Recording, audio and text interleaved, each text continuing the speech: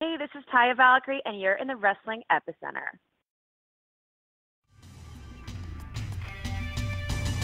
You're listening to Interactive Wrestling Radio, featuring the Interactive Interview, courtesy of WrestlingEpicenter.com. Hello, everybody, and welcome to another edition of Interactive Wrestling Radio right here on WrestlingEpicenter.com, streaming as well on YouTube. My name is James Walsh, and like the bad guy from Frosty the Snowman, I've been busy the last few weeks here on Interactive Wrestling Radio. If you haven't checked out our archives recently, be sure and do so. We are taking part in all of the Impact Wrestling, GFW, however you want to phrase it, teleconferences, recent ones with Conan, as well as EC3, and the TNA Creative Team. All of them online, all the ones that they've ever done, actually. If you really want to strip it down, every teleconference this company ever did dating back to 2005, we've got on our site in MP3 format. So check out WrestlingEpicenter.com and do so. This is not a teleconference.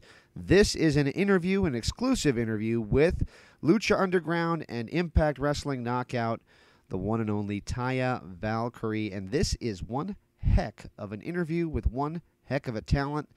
Got to tell you, one of my favorite performers in the business in the 21st century is Johnny Impact, Johnny Mundo, John Hennigan, John Morrison, however you want to phrase it. He's one of my favorites, and probably because I'm a fan, my youngest, who's now 8, is a big fan, and this is his fiancée, who I don't want to sell short. In her own right and on her own merits, she has earned one heck of a name for herself in this wrestling industry. So glad to sit down and talk to her, especially after what happened this summer and what led to her joining Impact Wrestling and the Knockouts roster. I invite everybody to continue to check out Impact Wrestling on Pop TV every Thursday night in the United States. It's on Friday night in the UK on Spike UK. And, of course, also check out Lucha Underground, Ultima Lucha Trace, happening every Wednesday. Other little things I wanted to just bring up. We just did a recent interview with Silas Young of Ring of Honor, as well as Jay Lethal, who was his opponent at the incredible ROH pay-per-view that happened just the other night, which was Death Before Dishonor. We also have had recent interviews with former TNA Knockout Raka Khan, as well as Eli Drake, and a number of other stars. So just check out InteractiveWrestlingRadio.com, WrestlingEpicenter.com. Either way, you're going to find our interviews archive. Man, we got a lot on there. Dating back 15 years, folks. November's our 15-year anniversary, and we're coming close. This is episode 482. We're coming close to that episode 500. What will we have on? I have no idea. It's going to be fun, though. Thank you guys for being along with me on this journey. Without any further ado, I invite you to listen to our Taya Valkyrie interview starting right now. After the interview, I'm going to offer my take on this whole kneeling thing. I don't like to get political on this show, mostly because no matter what I say, I'm going to tick off half of the audience. But I think I need to at least offer an opinion here. So, see you guys in a minute.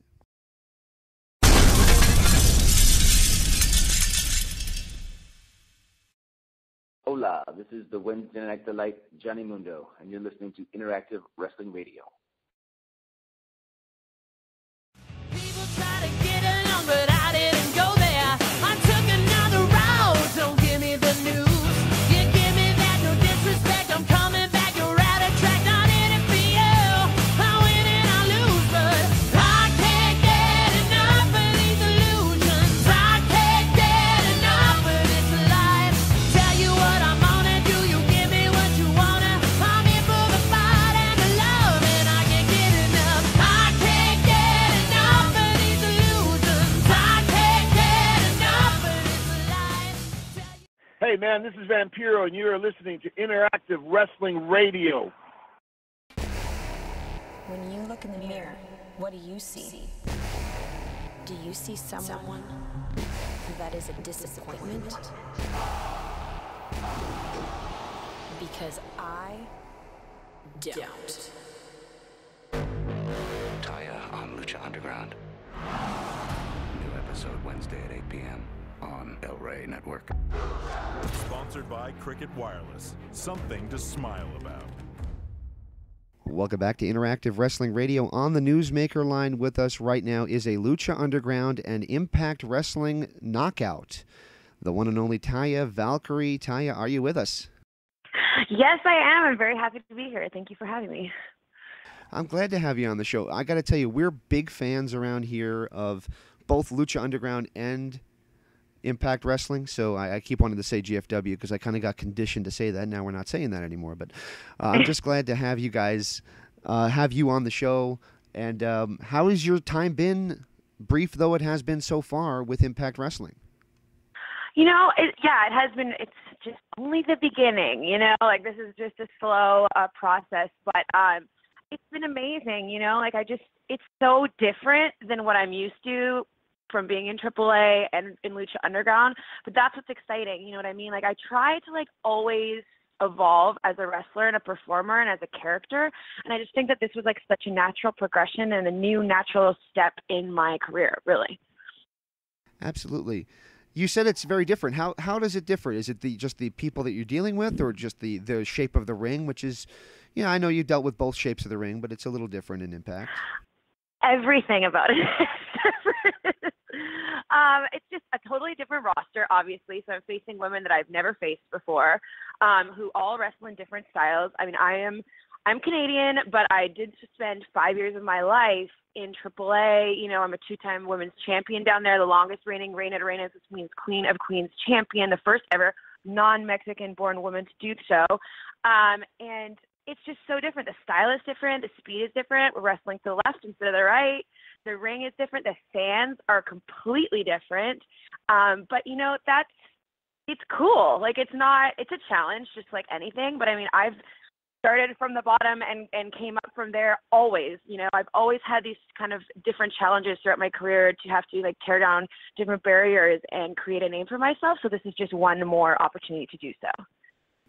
Very cool. And when it was announced that you guys were going to be doing the ballpark shows for then Global Force Wrestling in the New York area, I was really excited because I was thinking, how cool would it be if Johnny and Taya ended up on Impact? And lo and behold, it happened. Did you guys sign at that point, or was it kind of like a tryout, or how did that come about? For me, I've, you know, worked in AAA with Jeff and Karen for many, many years, and we would always discuss me coming up and working with them and doing different projects with them, and there was never an opportunity to do so. And things change, you know what I mean? And I now live in the States. It just was the perfect timing.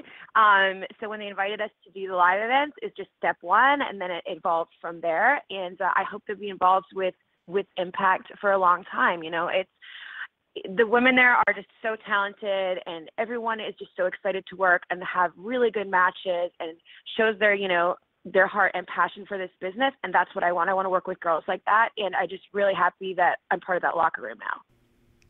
Absolutely. And you mentioned you're Canadian-born, and you made the big trip down to Mexico. And I got to tell you, that takes guts to go down to a country like Mexico. Or you're like out of your mind.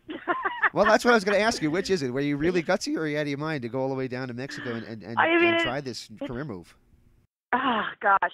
I've mentioned it before on another podcast.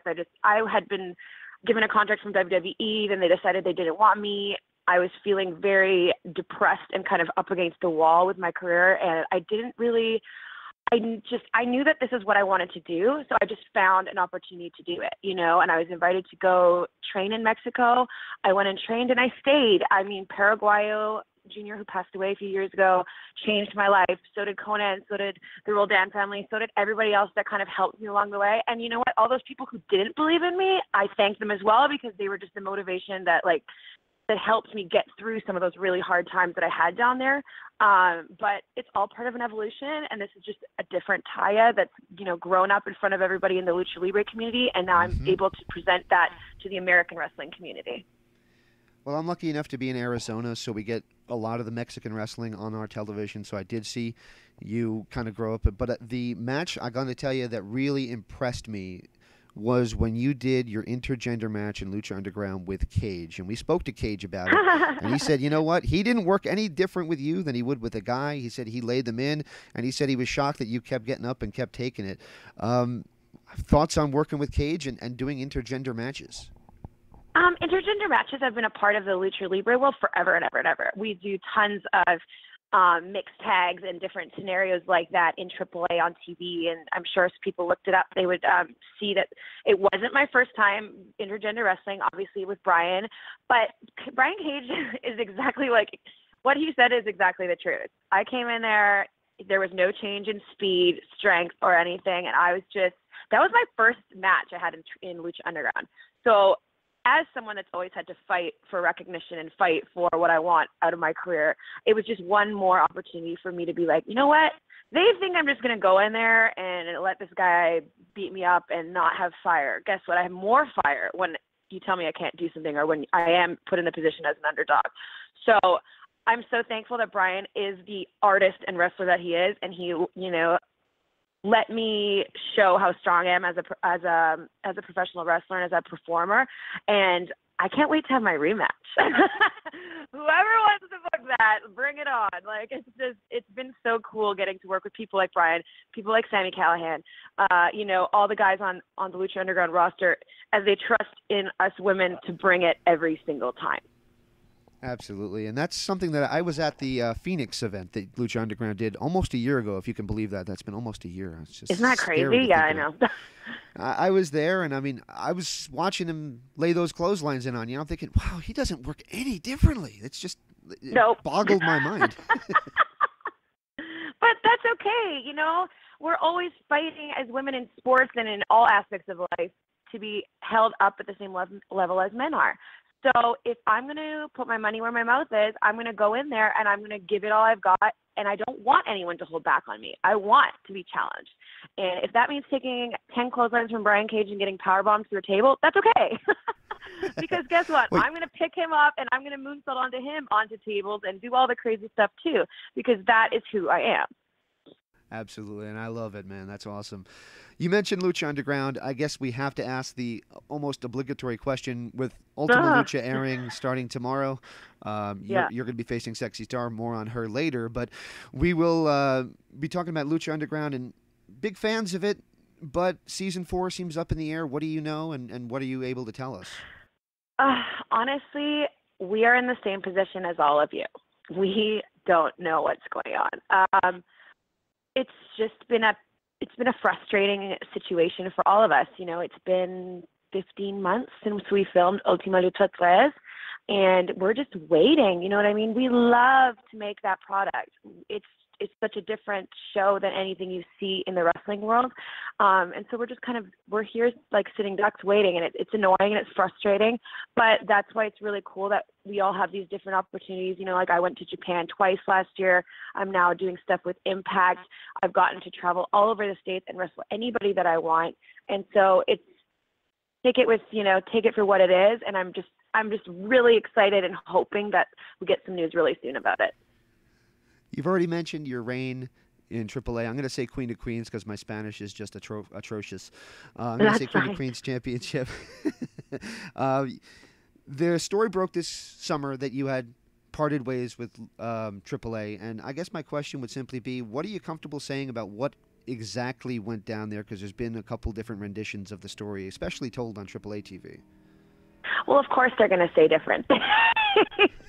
I know the truth because I lived through the truth, and that's fine and whatever they want to say to try and not make some certain people with the name called Vampiro look bad. But it is what it is. I couldn't go down to TV because I was in a car accident. They then stripped me of the title without telling me, brought the title down by lying to Johnny about it. It was a big old mess. And I am not a grudge holder. I don't believe in closing doors. I don't believe in, you know what I mean? Like, I'm continuing to live my life and pursue my goals and my careers in my personal life and my professional life. So with that said, they haven't sucked. It was horrible. I really felt like I had been taken advantage of, that I had, for a company that I had so much loyalty towards, to do that to me, I felt really betrayed. I feel like their family in AAA, they're my family. They protected me and took care of me and had me become who I am today within the Lucha Libre community. And then they went and did this. And so it really pissed me off and made me mad, just like I think anybody would because it didn't really have anything. It doesn't have anything to do with the belt itself. It has to do with just a respect and a loyalty. A lot of people left the company. I decided that I would stand by the company that believed in me from day one, and then I got kicked in the butt. So it was hard. It was really hard for me. It made me really upset on a personal level because it just felt like a betrayal, And then all that other stuff happened over the summer, and it was just so much drama and so much. It was just really sad for me. It was like breaking up with like a like a bad breakup, And it is what it is. I don't know. Like I would never want to wish bad on anybody, and I never want to wish bad on a company. But I want them to recognize what they did. And yeah, I've heard like these weird apologies from Vamp and some different scenarios, and then it just doesn't make any sense. Just everyone just be honest about what happened. We move on. That's it. I don't know. I'm an adult. I don't have time for like childish games, and I just, time is fleeting. I want to perform, and I want to be the best that I can, and I don't want to deal with stuff like this. I want to work and be happy and wrestle and perform, and these kind of things just are like a thorn in my side that were not expected. So I'm just moving on with my life, and you never know what can happen in the future. I wish them all the best. I wish the girls that are there battling it out for the Reina de Reinas title the best, who are Shani and Ayako, I believe. Yeah, everyone go on the merry way. All right. I'm not going to hit you with too many, controversial questions because that's not my style, but I will ask you a lot of controversy regarding your opponent, Ultima Lucha, your former tag partner, and somebody that you go back and forth with. It seems like maybe a love-hate relationship. I'm not sure if it leans one way or the other now, but Sexy Starr. What is your opinion of what happened with Sexy Starr at Triple Mania with Rosemary, and do you think that everything that's going on, do you think that it's a fair reaction by everybody? I was just so disappointed. I mean, obviously I was in LA. I was not there in Mexico, as some people try to say that I was. I was not there. I was in LA. And I was just watching the feed over my Twitter, and I just was so disappointed in the whole situation because I consider myself to be the face, of someone who is heavily involved within the Lucha Libre world on an international level. You're Lucha royalty. Right, yes, exactly. I'm queen of queens. So it just was like really sad for me to watch. I don't know. I don't really think I want to say too much about it because I think it's been talked about enough, and some people just don't deserve that attention. But I just think that, everyone's true colors show in the end, and so it is what it is. And, I'm really happy that Rosemary is doing better now. I can't wait to continue feuding with her and beating her up and having a great old Canadian brawl with her. So yeah, that was my next question. Pleasure. She's right in your crosshairs. She's the first person you attacked on Yep. Impact. Isn't it Are funny? you looking I forward have a to feud with Sexy Starr on Wednesday nights and a feud, wrestling with Rosemary on Thursdays. It's a little crazy, but I just, I'm very happy to work with her and see where all of this goes, and I'm excited for you guys to all get to see how this evolves and see if the demon assassin really is a demon assassin. There you go. Well, you're traveling north of the border, back to your home country, back to Canada for Bound for Glory. Got to think you're going to be a big part of that show. Thoughts on wrestling in front of your home countrymen once again in Canada? It's been years since I've wrestled in Canada, so I would be lying if I didn't say I was like super excited about it. So I'm excited to, quote unquote, come home. I am from the West Coast. Hopefully at one point Impact can make its way west through Calgary and Victoria and Vancouver, where I grew up. But it's really exciting, and it's going to be interesting because, we haven't been in front of that crowd. Impact hasn't been in front of a Canadian crowd like that. I don't know if it's even ever happened. I'm not sure. But, every time you go to a different city, it's a different challenge. So Orlando has been so good to the Impact company and the Impact Zone and everything like that for their support. So we'll see. Ottawa, come through. Be there for us, and just know that we're going to put it all out there at Bound for Glory. And I'm just really excited to be doing my first big show with Impact in Canada. All right. Is it weird not being paired with your fiance, as you are on Lucha Underground, is it weird not being kind of at all associated with Johnny on Impact? Who is Johnny Impact? Yeah. It's interesting and cool at the same time because throughout my career, I've always been associated with kind of factions. For example, in Mexico, as soon as I was in AAA, I was part of Perros del Mal, and then I am in Worldwide Underground, obviously on Lucha Underground, and for the first time, Taya gets to stand on her own, which is very exciting for me. And it's cool because we're kind of doing our own thing. I'm just so proud of him and everything that he's doing, obviously, as Johnny Impact and Johnny Mundo.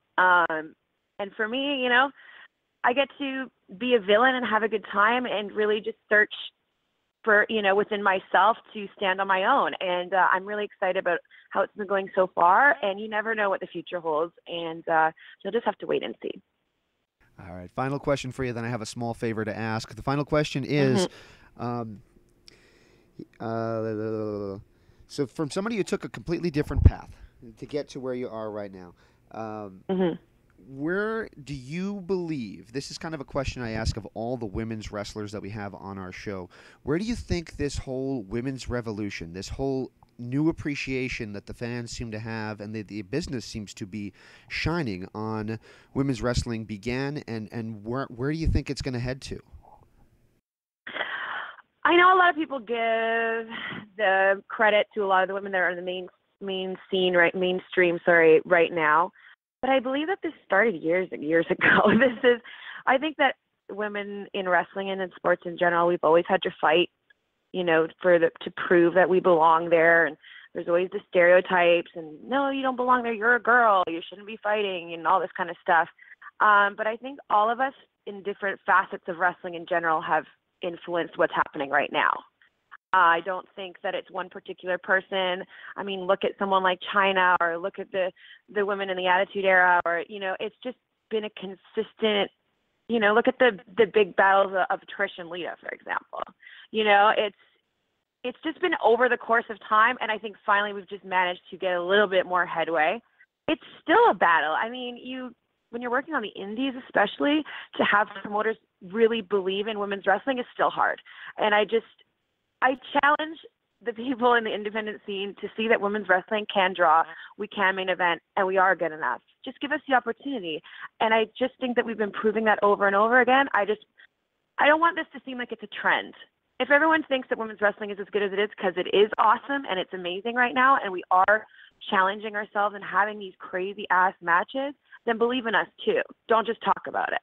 And I challenge everyone out there to that, because I run into that a lot, of companies that sometimes don't trust to have more than one girls match on a card, or that we should be in the first match, or that, you know what I mean, or fighting to get paid the same, or these kind of things that always come up that people ignore. So yes, it's amazing, but we're still fighting for it. And I'm just glad that everyone's having fun with it, and the girls are really challenging themselves in WWE, in Impact, in Lucha, and in Japan, even in Stardom, where I had the honor of working last year. We're proving that we deserve to be there, So I just hope that everyone can see that, and see that this isn't just, oh, yay, the women's revolution. No, we are literally leaving it all out there, blood, sweat, and tears, and really we deserve the respect. And we should continue to grow with that and see how it goes. But, I mean, it's only going to go up from here, honestly. Absolutely. I hope that's true, too, by the way. All right, so yeah. I said I needed one last thing from you. If you don't mind doing it for us, we'd appreciate it. Do you mind giving us a radio ID, just saying this is Taya Valkyrie, and you're in the Wrestling Epicenter? Yeah, of course. This is Taya Valkyrie from... Oop, do you want me to start again? Yeah, I don't shut up enough. I got to learn to shut up. That's okay. All right, I'll count you down in 5. Right? Okay. Wrestling Epicenter. I'll count you down in 5, 4, 3, 2. Hey, this is Taya Valkyrie, and you're in the Wrestling Epicenter.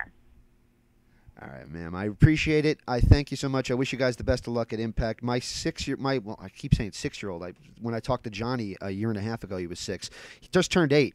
I just wanted to say he's the biggest Johnny Impact fan, Johnny Mundo fan in the freaking world, and he lost his mind when he came out on the TV. So I'm just glad that you guys are going to be on weekly, regardless what happens with Lucha Underground, and I appreciate you taking the time to do this with me here today. Exactly, and thank you for the support. And it's a new step, and it's hard and challenging and whatever it is. There's always naysayers, but we're excited to be there too. So we'll see what happens. All right. I'll talk to you soon. Thank you. All right. Bye.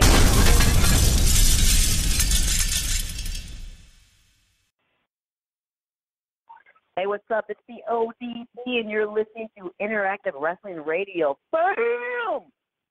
Throw some metal, show a little skin. Looking for some trouble if she can get in.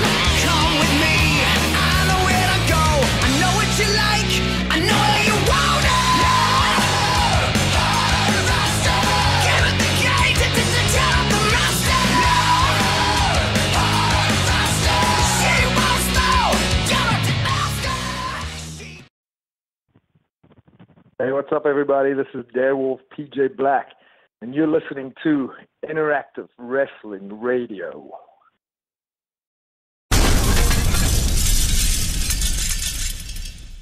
Wow. Did we tell you that was a good interview or what? Man, that was Taya Valkyrie here on Interactive Wrestling Radio. Be sure and check out Taya on Lucha Underground, Ultima Lucha Trace, which is happening this week, next week, and the week after on the El Rey Network. And, of course, each and every week from here on out on Impact Wrestling on the Pop TV channel and the Fight app, of course. That's what I was going to say initially. So I wanted to do a quick thing that I don't usually do, and it's because of something that's been a trend of late, and that is taking a knee during the national anthem. Going to take out all of the political side of this and just simply say this, okay? Hear me out. Let's not worry about if a cop did the right thing or wrong thing a year and a half ago. Let's not worry about Colin Kaepernick or his ulterior motives for it.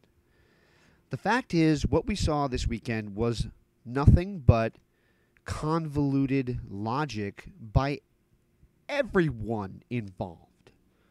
Whether you stood locked arms with the military, as my Arizona Cardinals did, and unfortunately played like garbage afterwards, whether you took a knee, which I don't like at all, or whether you didn't even come out, you were a part of something that had nothing to do with football. Nothing to do with sports.